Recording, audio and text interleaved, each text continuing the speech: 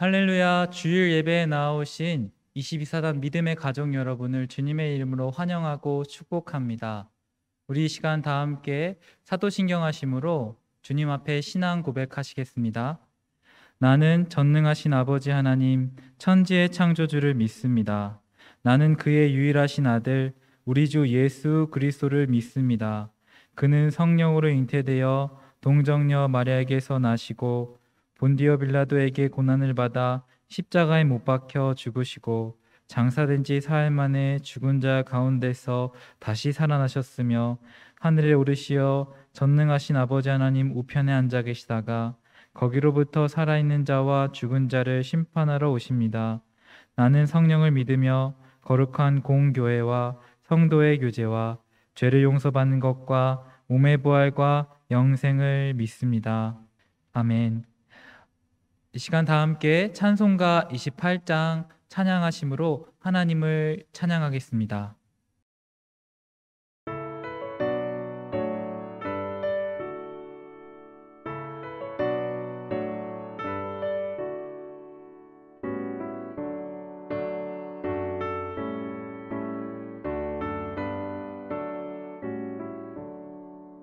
복의 근원 강림하사 찬송하게 하소서. 한량없이 자비하심 증명할 기록도다. 천사들의 찬송가를 내게 가르치소서. 구속하신 그 사랑을 항상 찬송합니다. 주의 크신 도움 많아 이때까지 왔으니 이와 같이 천국에도 이르기를 바라네. 하나님의 품을 떠나 죄에 빠진 우리를 예수 구원하시려고 보혈 흘려주셨네.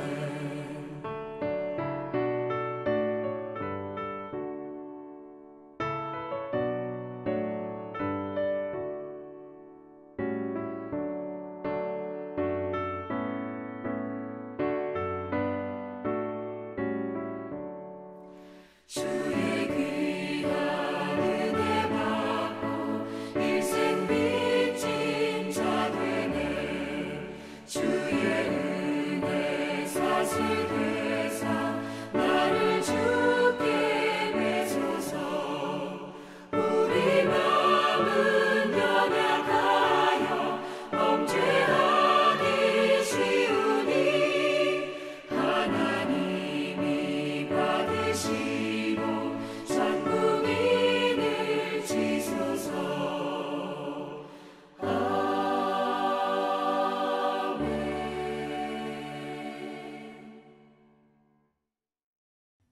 사단 사령부를 섬기시는 서광석 목사님께서 나와주셔서 예배를 위하여 기도 인도해 주시겠습니다.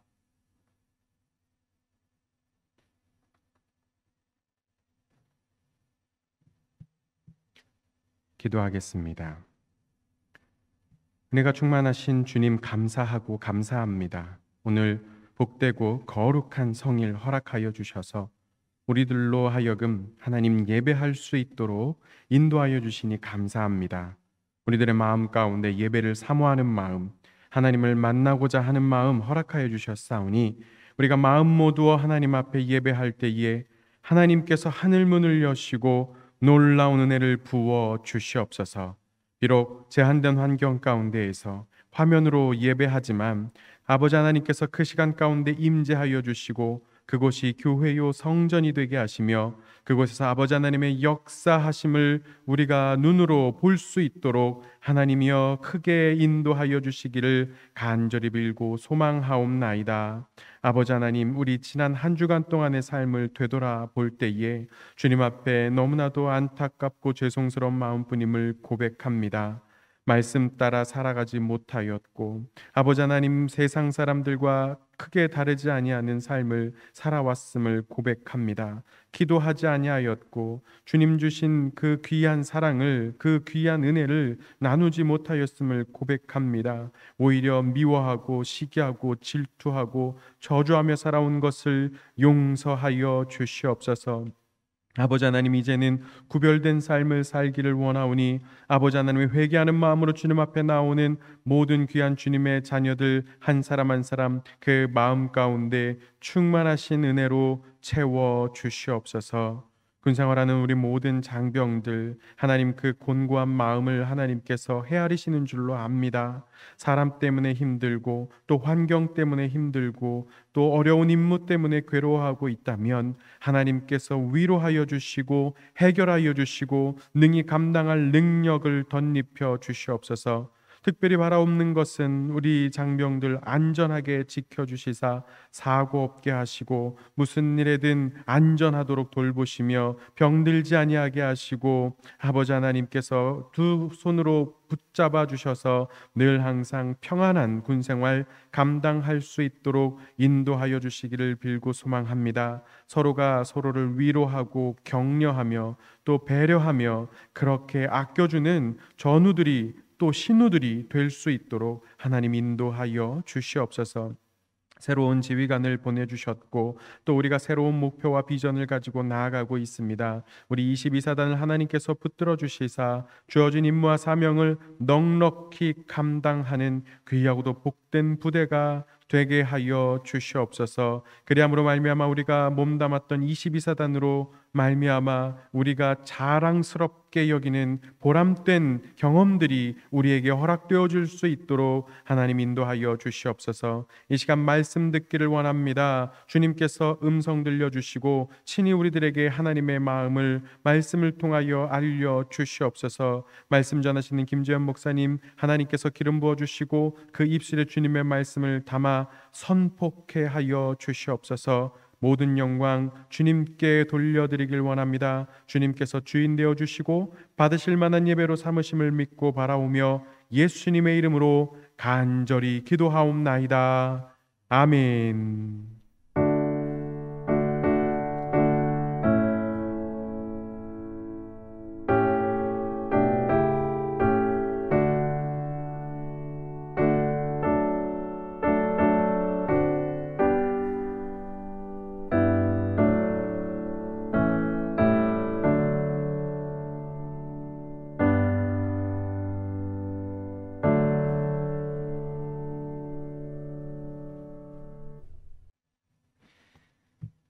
이 시간 우리들에게 주시는 하나님의 말씀은 마태복음 5장 13절에서 16절의 말씀입니다. 마태복음 5장 13절에서 16절의 말씀입니다. 신약성경 5페이지입니다. 한 목소리로 다 함께 봉독하시겠습니다. 너희는 세상의 소금이니 소금이 만일 그 맛을 잃으면 무엇으로 짜게 하리요?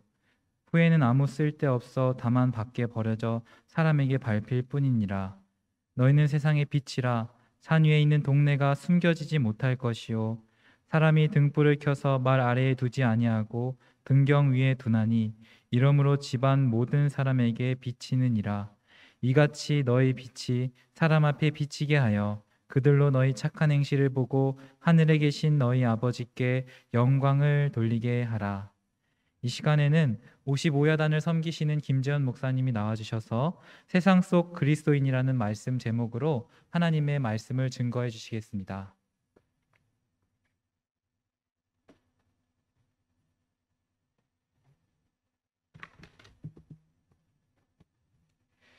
네, 오랜만에 이렇게 영상으로 이렇게 찾아뵙는 것 같습니다. 제가 좋아하는 TV 프로그램이 하나 있는데요. 나는 자연인이다라는 프로그램입니다. 제가 이렇게 막 꼭 챙겨서 보는 프로는 아닌데 쉬는 날 이렇게 TV를 돌리다 보면 꼭 2개씩은 하더라고요. 그래서 제가 그 자연인이다 프로그램이 하면 넘기지 못하고 항상 보는데 저도 모르게 보면서 마음이 참 편해집니다. 그러니까 아무도 없는 자연에 들어가서 더 이상 고민이나 이렇게 스트레스 없이 사는 것처럼 이렇게 보이다 보니까 좀 편해 보이는데요.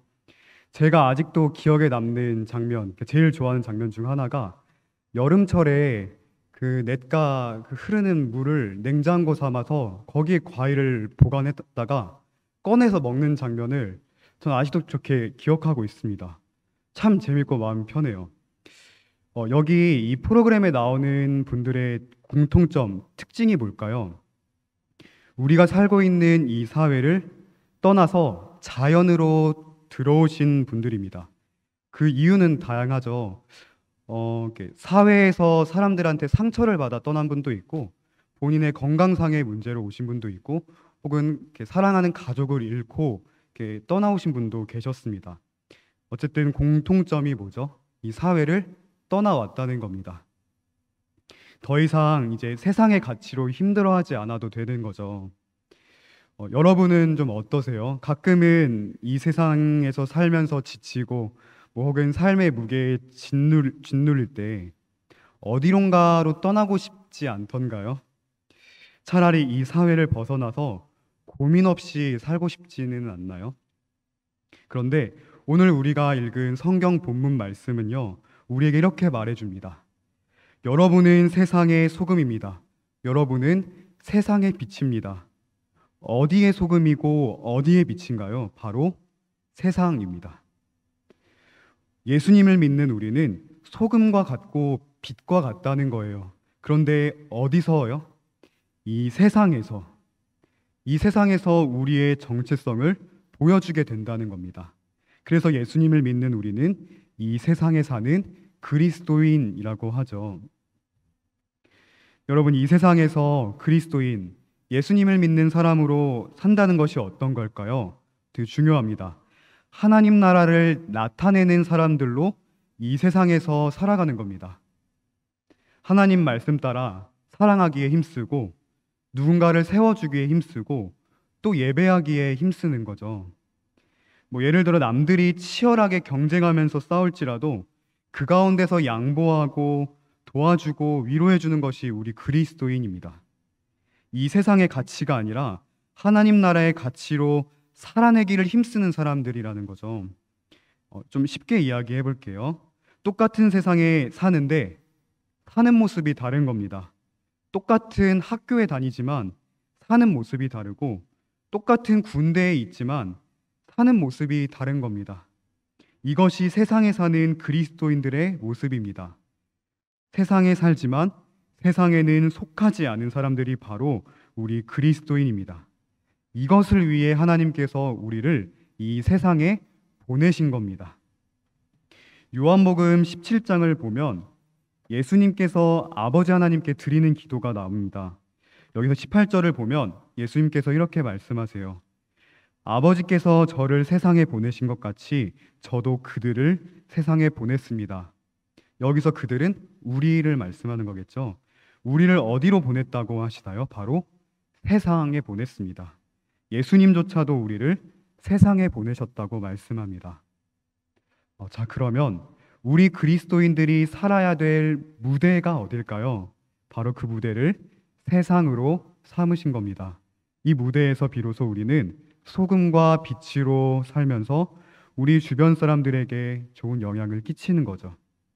그럼 이제 다시 본문 말씀으로 돌아가서 우리가 이 세상의 소금, 이 세상의 빛으로 산다는 것이 어떤 건지 한번 살펴보겠습니다. 먼저 우리는 이 세상의 소금입니다. 소금이 어떤 역할을 하나요? 짠맛을 내는 유일한 존재입니다. 독특하고 유일한 맛을 가진 게 소금이죠. 물론 소금이 썩는 것을 방지해주는 기능도 있지만, 여기 성경에서 말하는 소금의 역할은 맛을 내는 존재입니다. 쉽게 말하면 우리는 우리 주변 사람들을 살맛나게 해주는, 우리 영상 예배 때 목사님 통해 이렇게 인사하죠. 우리 주변 사람들을 살맛나게 해주는, 특별히 이 세상의 맛을 내는 독특하고도 유일한 존재라는 겁니다. 이것이 소금으로서 우리 그리스도인의 정체성입니다. 맛을 잃어가는 혹은 맛이 없는 이 세상에 짠 소금처럼 맛을 내는 겁니다. 예를 들어서 사랑이 식은 곳에 우리가 소금으로 들어가서 맛을 내면 어떨까요? 배려와 양보가 사라진 곳에 또 사람을 세워주기보다는 내려 깎는 것이 익숙한 이 사회에 소금으로 들어와서 맛을 내면 어떨까요? 이것이 우리의 역할이자 정체성입니다. 학생이라면 학교에서, 군인이라면 군대, 그리고 생활관에서, 간부면 간부의 자리에서. 사실 자리는 크게 중요한 것 같지는 않습니다. 우리가 어느 자리에서든지 맛을 내는 소금으로 존재하는 것이 가장 중요하죠. 그런데 우리가 이 소금으로서의 맛을 잃으면 어떻게 될까요? 13절 후반부를 보겠습니다. 소금이 만일 그 맛을 잃으면 무엇으로 짜게 하리요? 후에는 아무 쓸데없어 다만 밖에 버려져 사람에게 밟힐 뿐이니라. 참 속상하고도 무서운 말씀이죠. 우리는 맛을 내는 존재입니다. 이것을 위해 이 세상의 보냄을 받은 사람들입니다. 세상에서 소금과 같이 독특하고 유일한 맛을 내면서 세상으로 하여금 하나님 나라를 보게 해주는 겁니다. 우리를 보면서 세상은 하나님을 보는 거죠. 이와 같이 세상의 소금으로 부름을 받은 우리 모두가 세상의 맛을 내면서 하나님을 나타내는 삶 되기를 축복합니다. 다음은 빛입니다. 여러분, 빛의 역할이 뭐죠? 또 질문을 좀 다르게 보면 빛이 언제 제일 필요하나요? 어두울 때라고 생각합니다. 빛이라는 존재는 특히 어두울 때 드러나게 되어 있습니다. 어두운 곳에서는 작은 빛 하나만 있어도 그곳이 밝아진다는 걸 여러분들이 다 경험을 해봤을 거라 생각을 하는데요. 불이 다 꺼진 집에 들어갈 때 빛 하나만 있어도, 작은 빛 하나만 있어도 우리가 방 찾아서 들어가서 불 켤 수 있잖아요. 그런데 작은 빛조차도 없으면 막 어두운 집 들어가다가 막 이것저것 다 밟고 아프잖아요. 다 경험이 있으시죠? 빛은 어두운 것을 밝히는 존재이기도 하지만 여기 본문에서 강조하는 빛의 역할은 모든 사람에게 보여진다는 점입니다. 세상이라는 어두운 곳에서 보여지는 작은 불빛이 바로 우리라는 겁니다. 14절을 한번 읽어볼까요? 5장 14절입니다. 너희는 세상의 빛이라 산 위에 있는 동네가 숨겨지지 못할 것이요. 너희는 세상의 빛이라 산 위에 있는 동네가 숨겨지지 못할 것이요 라고 말씀합니다. 여러분, 산 위에 있는 도시는 숨겨지지 않습니다. 산 위에 있는 도시는 누구에게나 보여지는 것이라는 말씀인데요. 숨겨지지 않는 도시와 같이 우리는 세상에 보여지는, 특별히 숨겨지지 않고 보여지는 특별한 존재라는 겁니다. 또 15절을 한번 읽어보겠습니다. 사람이 등불을 켜서 말 아래에 두지 아니하고 등경 위에 두나니 이러므로 집안 모든 사람에게 비치느니라. 여러분, 등경 위에 등불을 두면 집을 밝힐 수 있습니다. 이 시대는 요즘 집처럼 그 전기로 불을 켜는 그런 시대는 아니죠. 그때는 널리 쓰이던 게 작은 등불이었다고 합니다. 그러다 보니 빛이 약했겠죠. 그런데 이 작은 등불을 가장 효율적으로 사용하는 방법이 있었는데 그게 바로 등경 위에 올려놓는 것이었습니다. 등경은 요즘 잘 쓰이진 않지만 이게 등불을 걸어놓는 받침대 같은 거라 생각을 하시면 될 것 같아요.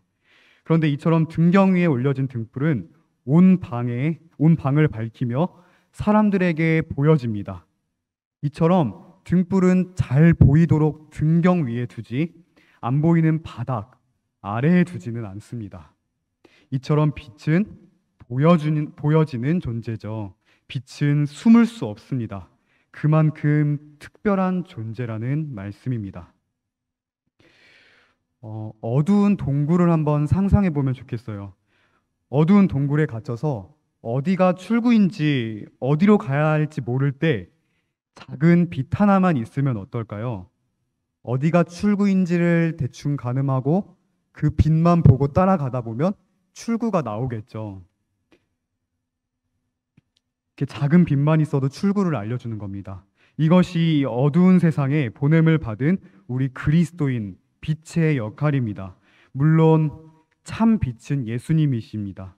그런데 우리도 예수님 안에서 빛의 자녀로 살아갑니다. 아니, 우리를 빛이라고 해주셨습니다.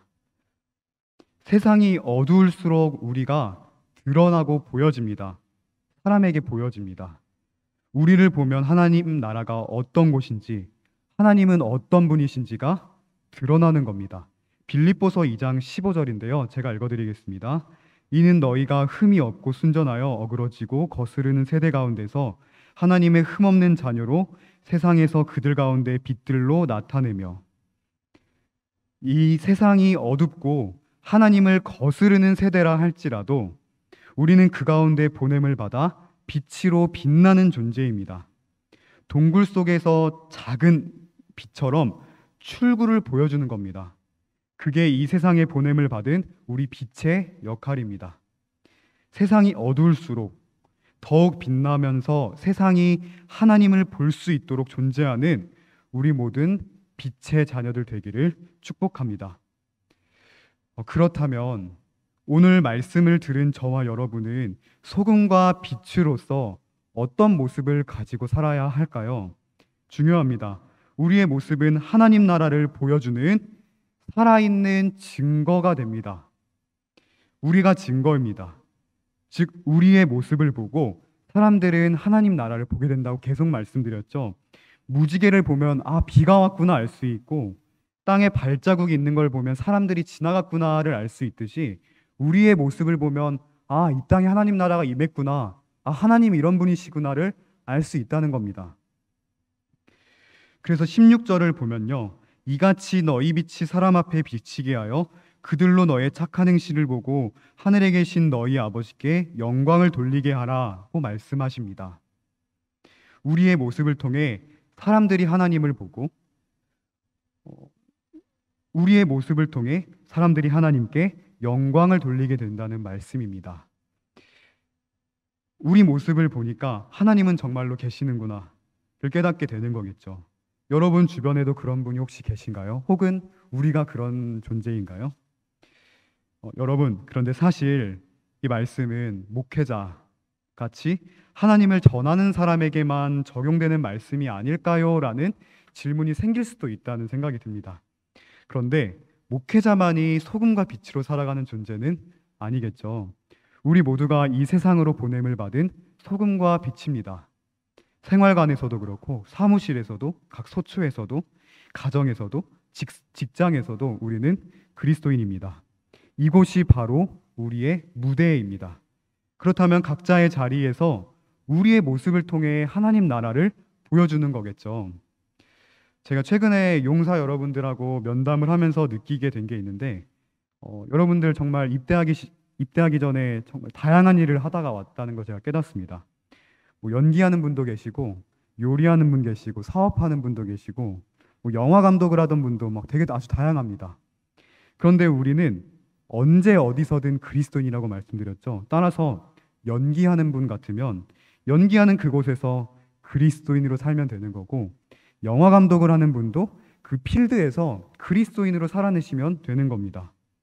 더 나아가서 이 군대로 예를 들면 선임으로서 후임에게 그럴 수 있겠고, 분대장으로서 분대원들에게, 간부로서 용사들에게, 또 가정에서는 부모로서 자녀들에게, 학생이라면 학교에서, 이런 식으로 우리는 이처럼 언제 어디서든 이 세상에서 보여지는 존재이고 맛을 내는 존재입니다.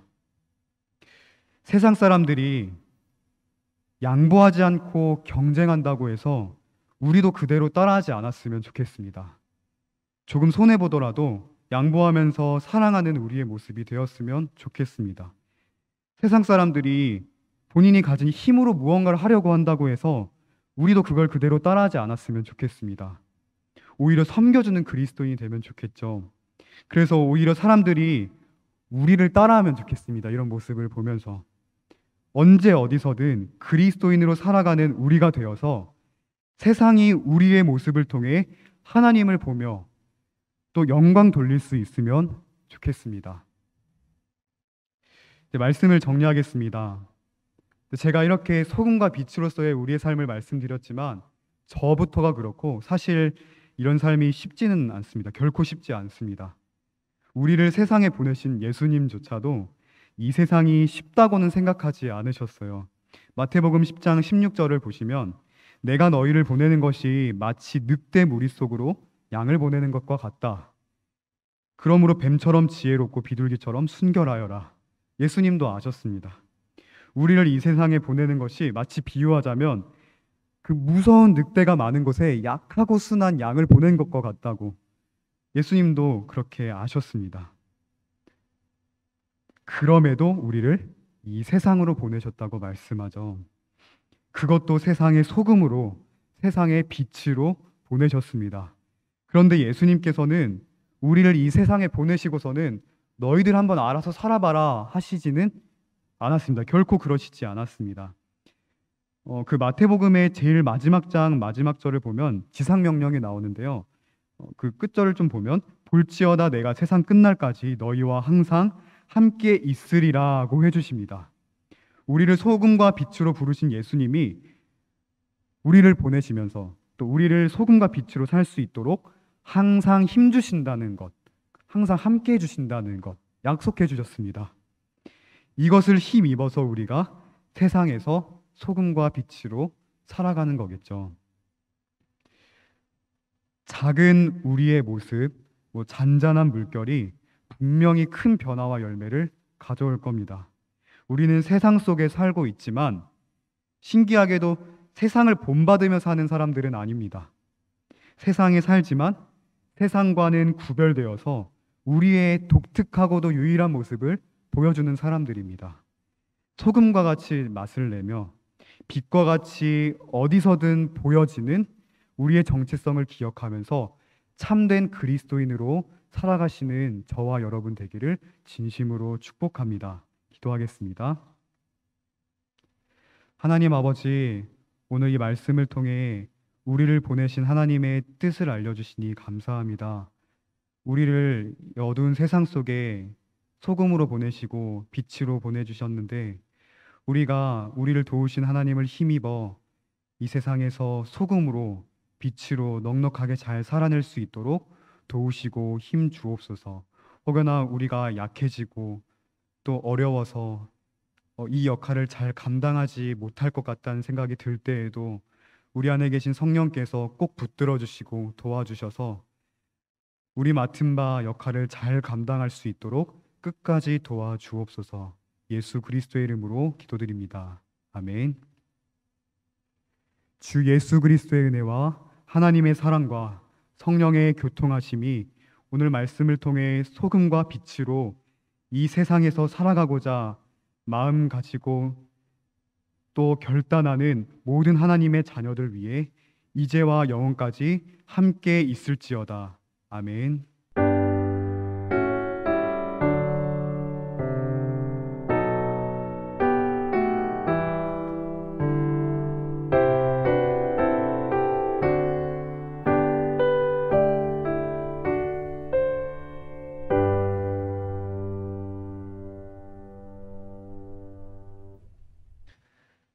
은혜의 말씀 감사드립니다. 광고 말씀드리겠습니다. 먼저 마일리지 상황에 대해서 광고 드리겠습니다.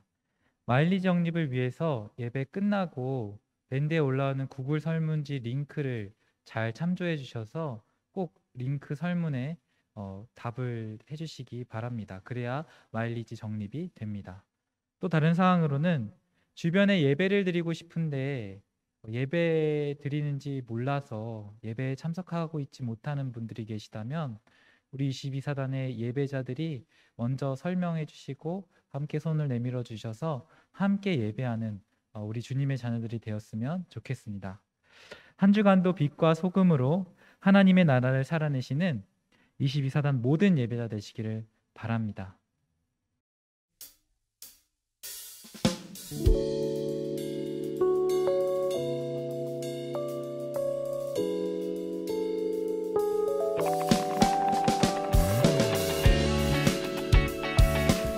우리 가능하신 분들은 함께 자리에서 일어나셔서 우리의 마음을 다해 주님의 이름을 높이며 나아갑시다.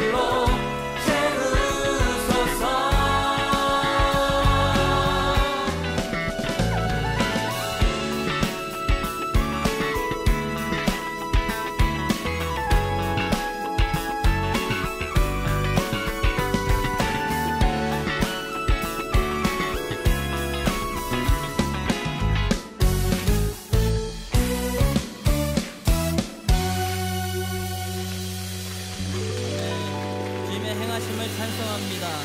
우리 가운데 거하시는 주님의 이름을 찬송합니다. 주님께서 행하신 그 일로 인하여서 우리가 감사함으로 주 앞에 나아갑니다.